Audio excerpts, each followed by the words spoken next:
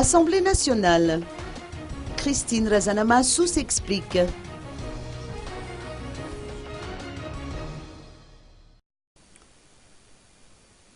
Le rideau s'est levé aujourd'hui sur la session extraordinaire de l'Assemblée nationale. La réunion portera sur l'adoption du règlement intérieur et sur l'élection du bureau permanent. Après la cérémonie d'ouverture, Christine Razanamassou, présidente de cette institution, s'est adressée à la presse. Écoutons ses propos.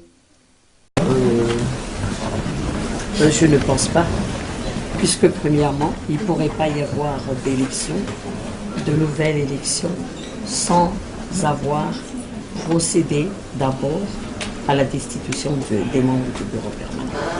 Et cette destitution, selon l'article 74 de la Constitution, requiert la majorité des 2 tiers des députés, vote de la majorité des 2 tiers des députés pour pouvoir destituer le bureau permanent, et ce, en cas de faute grave. Et pour l'instant, moi je ne vois pas. Je ne vois pas. Et je ne comprendrai pas qu'il y ait une nouvelle élection sans destitution. Vous ne considérez pas que la HCC a invalidé les élections de février? Non, au contraire. La HCC reconnaît même qu'il y a eu des membres du bureau élus.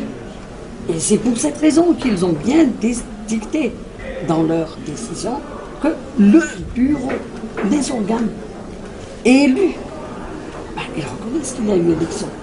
Élus les 18 et 19 février, restent en place.